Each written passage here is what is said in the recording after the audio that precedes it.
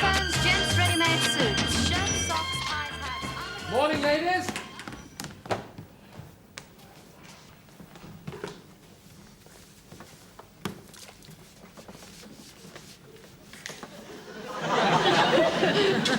Under the arms.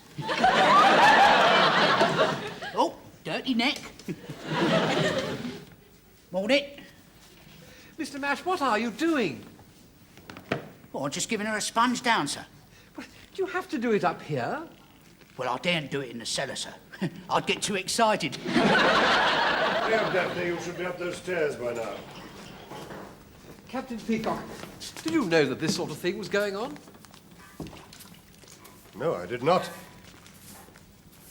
Mr. Mash, do you usually do that sort of thing? Yeah, only on the dummies, sir.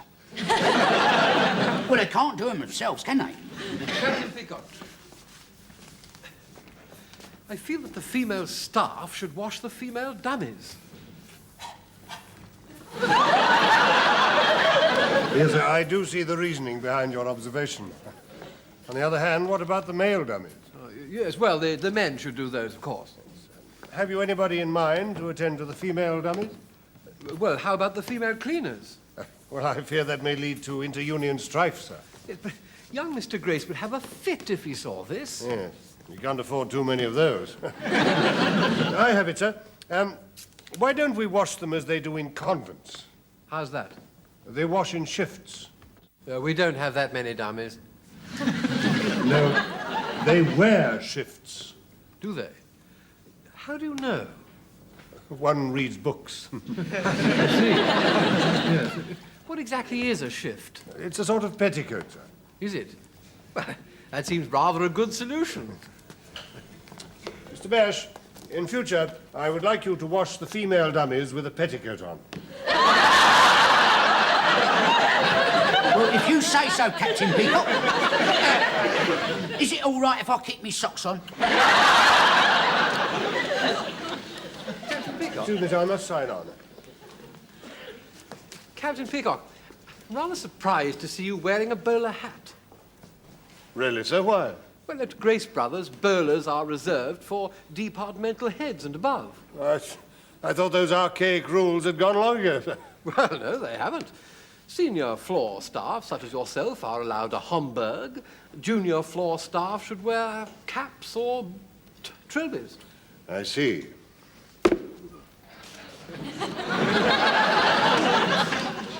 Morning, Captain Peacock.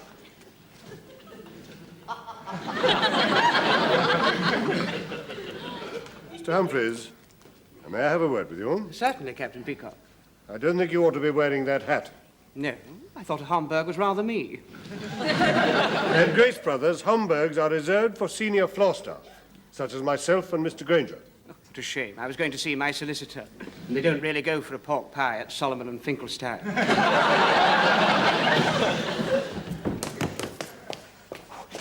Morning, Captain Peacock. 1 minute to 9, just in time.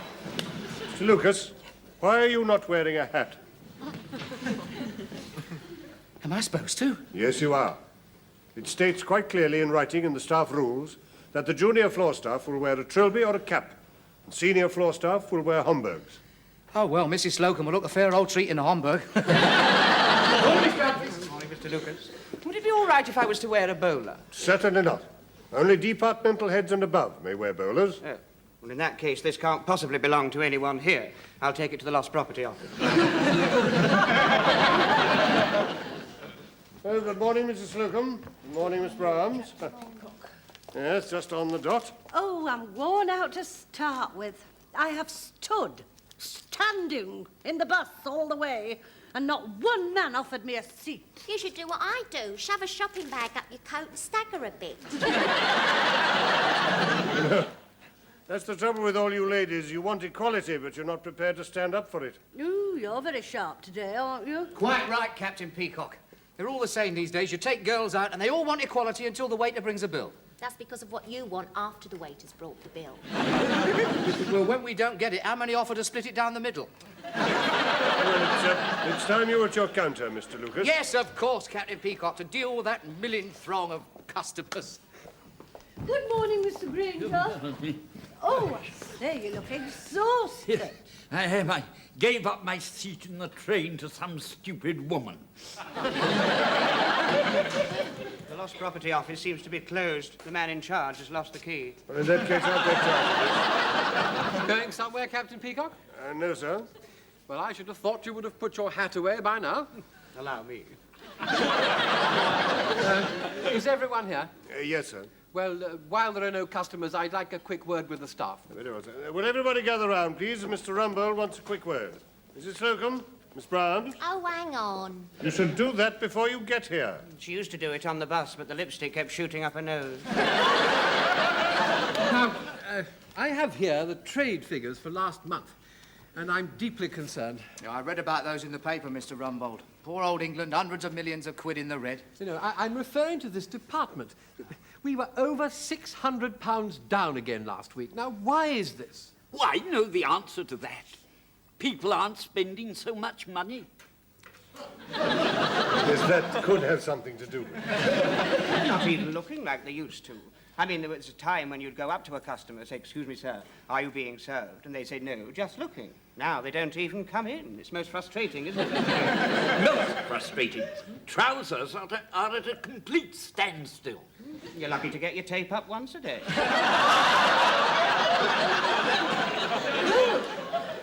My corsets have been down for over a fortnight. I mean, women nowadays just let their figures run riot and then wear a caftan. Well, I know we are living in very difficult times. Precisely. Of course, you know the pound is to blame. Look at the price of milk. Oh, and I remember when bread was 4.75 a loaf.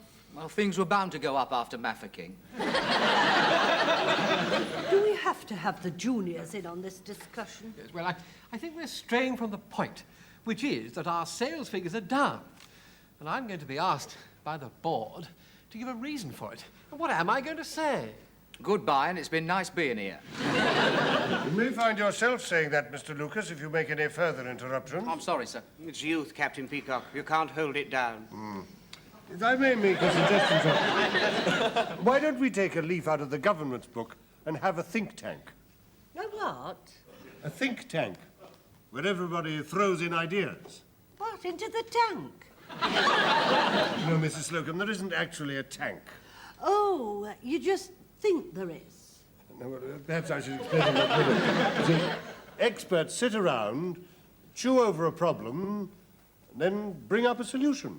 Well, when you put it like that, they could do with a tank. I think that's a surprisingly good suggestion, Captain Peacock. Are we agreed, then? We'll have a think tank. Oh, yes, It's a very good suggestion of Captain Peacock's, don't you think so, Oh, Mr. stroke of genius. You know, gin used to be 12 and 6 a bottle. Are we agreed? Yes, it used to be 12 and 6. Are we agreed that we shall have a think tank? Oh, yes, yes. Right, well, yeah. we'll meet this evening after the store closes.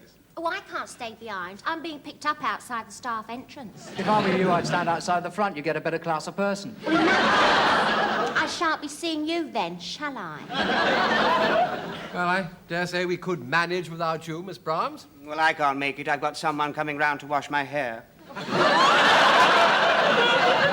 Oh, the little bit you've got, that shouldn't be a two-man job.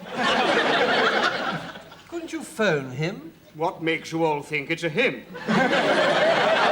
Matter of fact, it's the girl from the poodle parlour. She has a lovely cut and blow wave. Doesn't cost me a thing. All I've got to do is sit up and beg.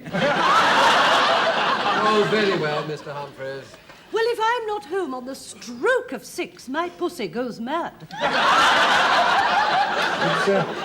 It's hardly convenient for me, too. What excuse have you got, Peacock? I have to rush away and buy a hat. Well, Mr. Rumbold, it looks like you and Mr. Granger for the think tank, due to the fact that on Captain Peacock's instructions, I too have to go and buy a hat, as befits my menial and lowly position here. Well, I'm perfectly prepared to toss some ideas about and give you the benefit of my vast experience, Mr. Rumbold. Yes. Well, I think in the circumstances we'll cancel the think tank for tonight and convene it at a time when we can all get there. Let's say tomorrow morning at 8:30. 8:30? But that's half an hour before the store opens. Yes, you're quite right. It's not early enough. We'll make it 8.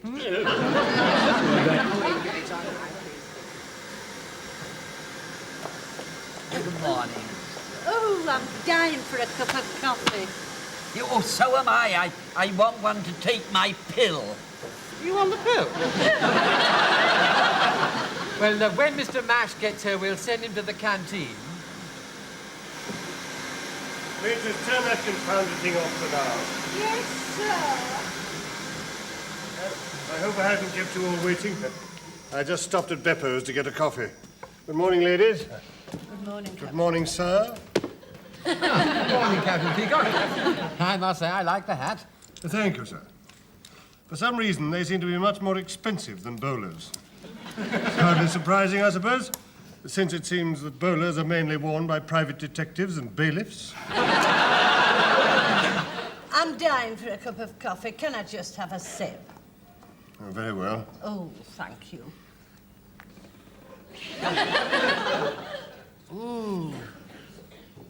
Oh, that's lovely. It's much better than the canteen muck. Taste that, Miss Brown. Oh, isn't it lovely and creamy? Could I just have a sip to wash down my pill? Thank you. It's my blood pressure, you know. Unless I take them regularly, I feel as though I'm going to blow up. Well, please take it now, Mr. Gray.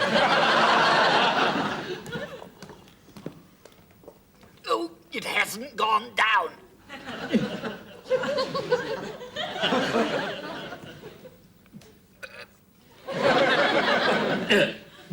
Oh, it's very nasty. Yes, indeed. You're very quiet this morning, Mr. Humphreys. I was just finishing off my dream. I dreamt that there was this wild creature, half man, half beast, came galloping towards me on a big black horse. I didn't know which way to turn. I was absolutely petrified till I noticed he was riding side saddle.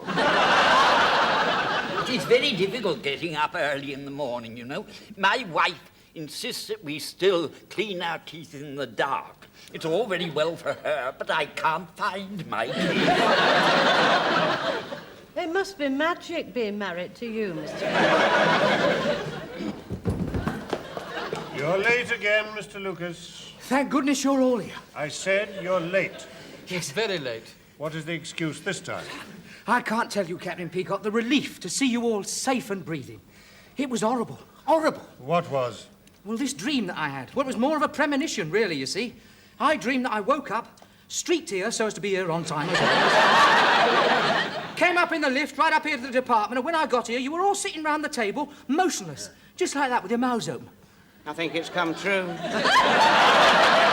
Oh, what a horrible dream. What happened then? Well, I just touched Captain Peacock on the shoulder, you see, and he just fell over slowly out of his chair and crashed down onto the floor and broke into hundreds of little pieces. I was just putting Humpty together again when I woke up. Why should that be an excuse for lateness? Well, I was having trouble with your head, you see, Captain Peacock.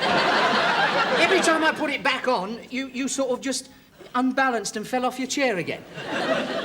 It's not all that big, really, either, is it? Sit down, Mr. Lucas. Well, if we're all assembled... Are you free, Mr. Granger? No, yes, I'm free. Well, now, the problem before us is the fall in our sales figure over the past month. And we are going to rectify it. Well, you have all had a further 12 hours to think over this problem, and I feel sure that you've all arrived at the meeting full of ideas and suggestions. I don't think that's such a good idea after all, Mr. Mash. Right, I think you should do that in the fitting room. I don't think you should do it anywhere. 8:20 in the morning, it's more than flesh and blood can stand. Yes, I think you'd better stop, Mash. Well, shall I powder her down, sir? Certainly not. Well, she's still got a wet Never mind. Just leave the floor. Oh, all right, isn't it marvellous, isn't it, eh? Isn't it marvellous as you're trying? I'll tell you what I will do. I'll take her to the staff changing room. We'll have a shower together. Better make it a cold one. No, Mash, I think you'd better wait until the store's closed and then do it somewhere where no one can see you. Yeah? creaky arm, sir. Needs a bit of oil. Well, as I was saying, how are we going to increase our figures? Now, let's run a few ideas up the mast and see who salutes them. Well, why don't we have a sale? No, when we had a spring sale a month ago, we can't go on having sales without any reason. Well, why don't we do like the petrol stations? You know, give away plastic footballs or tankards. That's going to be a big draw in my lingerie.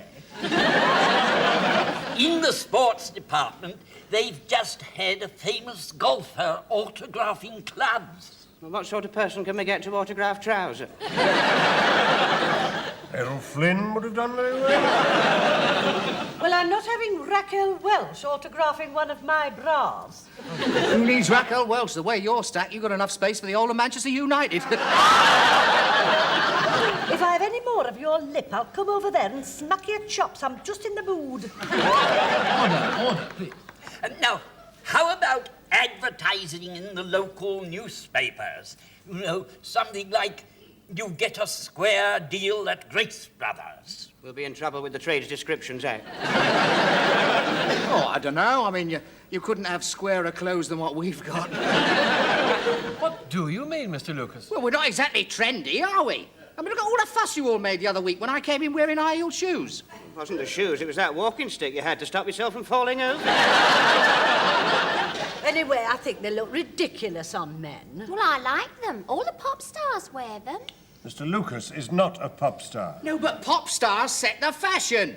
Are you suggesting that we should all dress like Bing Crosby? I don't think that Bing Crosby would help the sales on this floor. Now, do we have any sensible suggestions? Yes, sir, I have. After I came out of the army, I made a study of sales technique. Now, there was a theory that a moving display has more impact than a static one. True. Well, I suppose you mean we should have our trousers moving about more. How do we achieve that? A couple of dozen pairs of electric legs. I'm being quite serious, Mr. Lucas. Well, how does that affect my department? Yes, do we have lots of electric knickers jumping up and down? Wouldn't that be very expensive? And you could have Mrs. Slocum jumping up and down on the counter. That should make a big enough impact. That's it. I am withdrawing to the canteen. Please, Mrs. Slocum, do bear with us. I think Captain Peacock may be onto something. Well, make him apologise then. Lucas? I'm sorry, Mrs. Slocum. It's just that you're such a likeable person and such a sport, I find it difficult to think of you as the head of the ladies' department. I shall accept your gracious apology. But I suggest that for the rest of this discussion, you shut your cake hole. What I had in mind, if I may be allowed to speak... Yes, do continue, Captain Peacock. Thank you. You know, I always thought he'd get on, ever since I saw him in College Rhythm. Saw who? Bing Crosby. We left that some time ago. I know, 1935. Mr. Granger, may I speak? Oh, you saw it too, did you? It was fun. Look, we better get a move on. I've still got to touch up my mouth. It'll be opening time soon. Yes, do get to the point, Captain Peacock. Well, look, sir, I think I have the solution. Now, I suggest that we have a fashion show.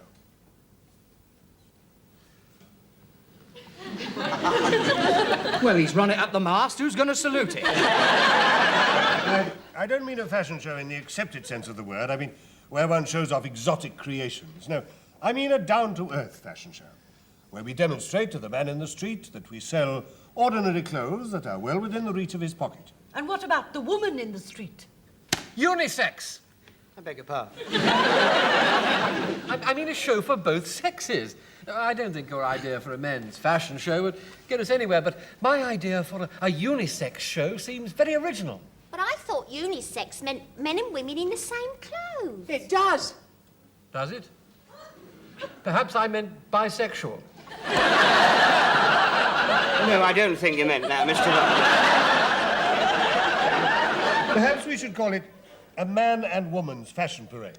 Or better still, Male and female modes on the move. Yes, that's it. I don't think your idea for a man and woman's fashion parade would have any appeal at all, but my idea for male and female modes on the move has fantastic appeal. Agreed?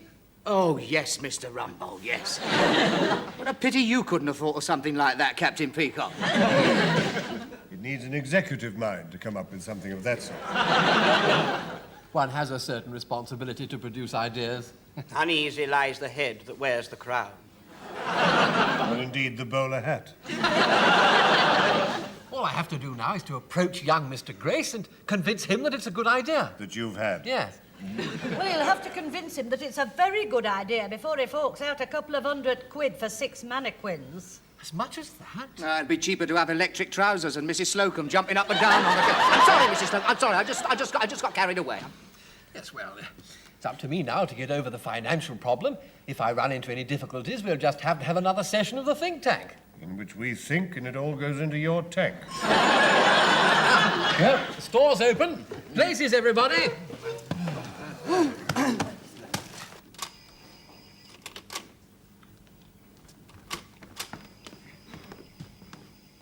I hope this is not going to take too long. I'm supposed to be going to see Last Tango in Paris. I got the OK from my heart specialist this morning. No, Mr. Grace, you just sit there. Now, what you're going to see is the fashion show that I told you about. Did you? Oh, yes, I remember. Yes, male and female moods in the mauve. Modes on the move, the fashion show to help the falling figures. Oh, are we going to see girls in corsets? No, sales figures, Mr. Grace, and if you like it, then we'll have one.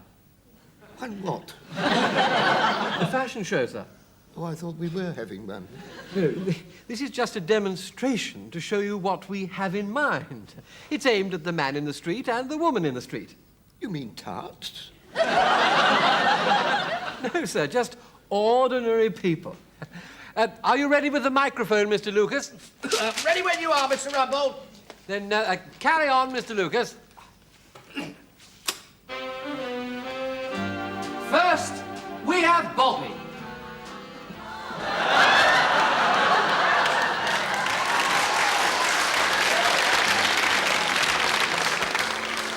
Spring is in the air.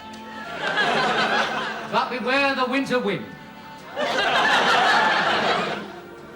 But Bobby's keeping as warm as toast in a cosy Crombie, inspired by James Bond in You Only Live Twice.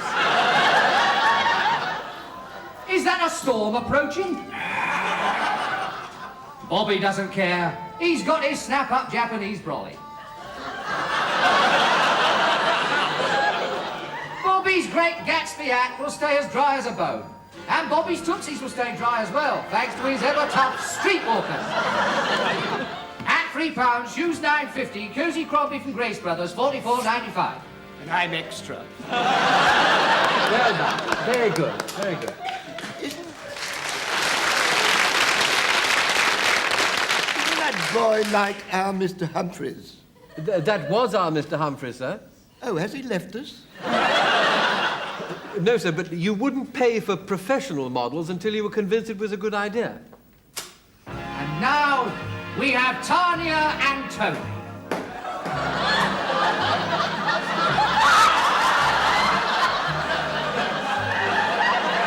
Home from the office and so to bed. Wait for me. Deep into bed in our snug as a bug Ranger sleepwear. That's not Granger's wife, is it? No, sir. He always was a bit of a lad. Tony's tired, so he's off to bye-byes.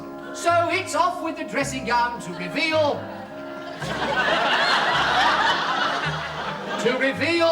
It's not it. Tony's got knotted, so it's not to reveal anything at all. So let's turn our attention to Tanya.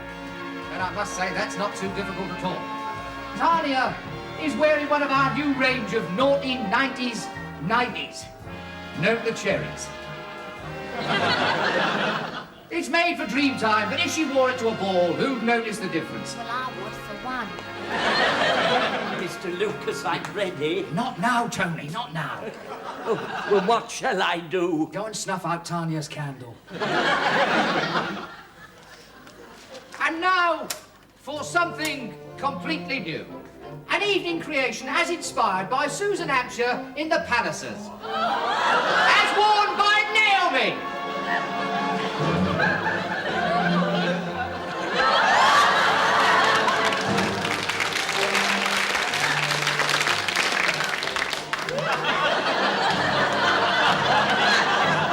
How graceful this fashion was.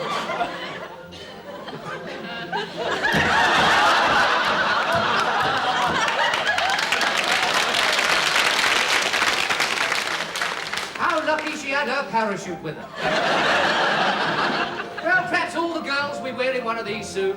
Over my dead body. Dress material obtainable in Ladies Bespoke.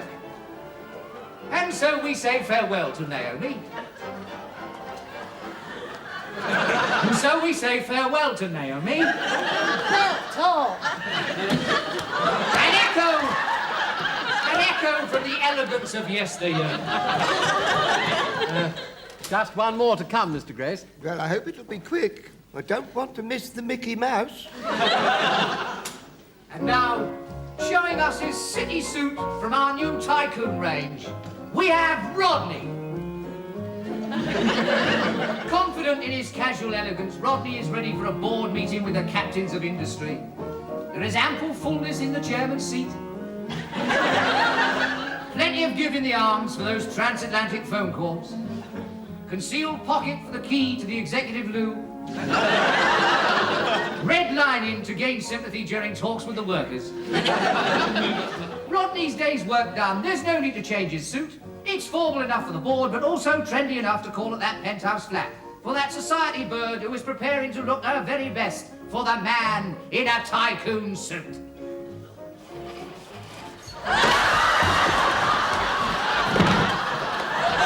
Oh, blimey! Ain't there no privacy anywhere? And now we see them all again in the grand finale.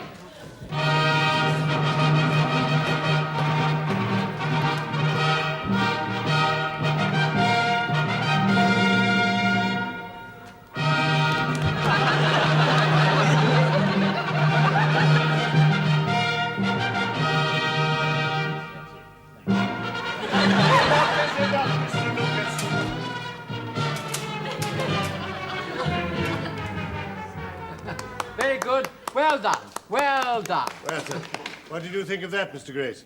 Whose idea was the fashion parade? Mine, sir. Well, I think it's a rotten idea. Or was it mine? Yes, it was. If you want to sell goods, you'd better have a sale. Well, I'm off. And Peacock. Sir? I wonder Mr. Rumbold hasn't told you before. That hat doesn't suit you. You should get yourself a bowler and wear it all the time. Don't you agree, Mr. Rumbold?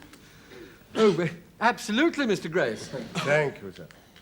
Well, goodbye, everybody. Bye, Mr. Grace. Goodbye. Goodbye. You've all done very well. Thank you, Mr. Grace.